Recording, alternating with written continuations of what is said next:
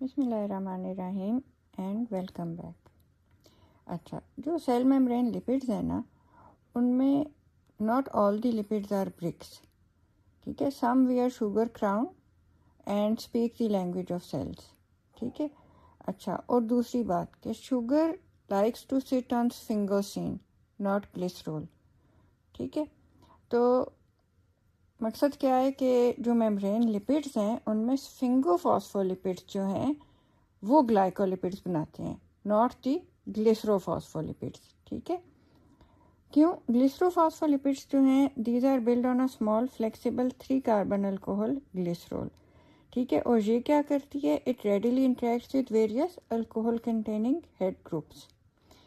और जो स्फिंगोफॉस्फोलिपिड्स हैं उनमें क्या है? There is a robust 18 carbon amino alcohol और it dares to do something special, it carries the carbohydrates, ठीक है। अच्छा, अब जो ग्लाइकोस्फिंगोलिपिड्स हैं, ठीक है, इनकी बैकबोन जो है वो कैसे बन रही है? It is found by ceramide. और सिरेमाइड कैसे बन रहा है? It is found when a long chain fatty acid attaches to sphingosine via its amino group.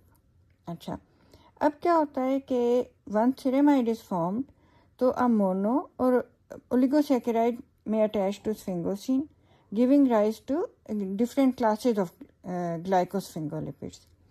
अच्छा, अब क्या होता है कि if a single monosaccharide is attached तो क्या हम उसको बोलेंगे? The molecule is called a cerebroside. अच्छा, और इसमें से भी फर्दर आगे इफ़ जो भी मोनोसैकेराइड अटैच हुआ है अगर वो ग्लूकोज था तो ये क्या बन जाएगा? ग्लूकोसेरिब्रोसाइड। अगर जो शुगर अटैच हुई है दैट वाज गैलेक्टोज तो फिर क्या बन जाएगा? गैलेक्टोसेरिब्रोसाइड। अच्छा, फिर अगर डाइसैकेराइड अटैच हो गया है तो फिर अब ये सेरिब्रोसाइड नहीं है, अब ये बड़ा हो गया ग्लोबोसाइड, ठीक है ना। तो ये क्या बन जाएगा? ग्लोबोसाइड। मसलन अगर ग्लूकोज और गैलेक्टोज दोनों अटैच हो गए हैं तो आपको पता है कि उसको हम लैक्टोज बोलते हैं, ग्लूकोज प्लस गैलेक्टोज जो बनाता है। तो फिर हम इसको क्या कह सकते हैं? लैक्टोसिल सिरेमाइड या फिर ग्लोबोसाइड, ठीक है। अच्छा, अब जनाब जो है ना थोड़ा सा और कॉम्प्लेक्स जो होते जाएंगे, ठीक है। अगर इसमें एंट्री हो जाती है नाना की, नाना कौन है? एन एसिटाइल न्यूरामिनिक एसिड या साइलिक एसिड भी इसको बोलते हैं। अब ये क्या करेगा? It converts the molecule into a ganglioside. अब गैंग्लियोसाइड और भी ज़्यादा आप देखें ना, ये अब नर्व्स में प्रेजेंट होता है, नर्व एंडिंग्स वगैरह के पास, ठीक है। अगर सिर्फ नाना आया है ना तो with Nana alone it is GM3, ठीक है। अच्छा, अब अगर इसमें एक और मॉलिक्यूल आ गया है, वो क्या है कि एसिटाइल ग्रुप है, गैलेक्टोज के ऊपर लगा हुआ है, तो वो क्या, उसको हम क्या बोलते हैं? N acetyl galactosamine. तो अगर ये आ गया है तो फिर जो है GM3 GM2 बन जाएगा। और फिर अगर इसमें एक और गैलेक्टोज आ गया है तो फिर GM1 बन जाएगा, ठीक है। तो इस तरीके से कार्बोहाइड्रेट क्राउन जो है ना इनका वो सिंथेसाइज होता है, ठीक है। और फिर क्या होता है कि it is directed outward into the extra cellular space. अब क्यों? ये कभी भी ये साइटोप्लाज्म की तरफ नहीं होगा, ठीक है। ये आउटर लीफलेट में बाहर को पॉइंट कर रहा है और ये उधर काम क्या कर रहा है? It participates in cell recognition and signalling. अच्छा, तो अब जो केमिकल पर्सपेक्टिव है इनका कि ग्लूकोज और गैलेक्टोज अगर अटैच्ड हैं तो इनके ऊपर तो कोई चार्जेस तो नहीं है ना, तो ये बनाएंगे न्यूट्रल ग्लाइकोस्फिंगोलिपिड्स।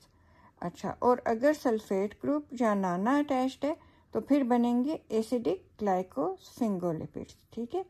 अच्छा, फिर जो है कि टुगेदर ये सारे जो कार्बोहाइड्रेट्स हैं सरफेस पे आए हैं, ये क्या बनाते हैं? ग्लाइकोकैलिक्स, या फिर आप उसको कह सकते हो कि sugar coat of the cell membrane, ठीक है। अच्छा, तो कैरी होम पॉइंट्स क्या हैं कि ग्लाइकोस्फिंगोलिपिड्स में क्या क्या आ जाता है? आपके पास सेरिब्रोसाइड्स, और उसमें कौन से सेरिब्रोसाइड्स आ सकते हैं? ग्लूकोसेरिब्रोसाइड, गैलेक्टोसेरिब्रोसाइड। फिर ग्लोबोसाइड, उसमें क्या आ जाता है? लैक्टोसिल सिरेमाइड। सल्फेटाइड्स अगर सल्फेट ग्रुप अटैच्ड है, गैंग्लियोसाइड्स अगर नाना अटैच्ड है, ठीक है। और गैंग्लियोसाइड्स में फिर GM1 GM2 और GM3 आ जाते हैं।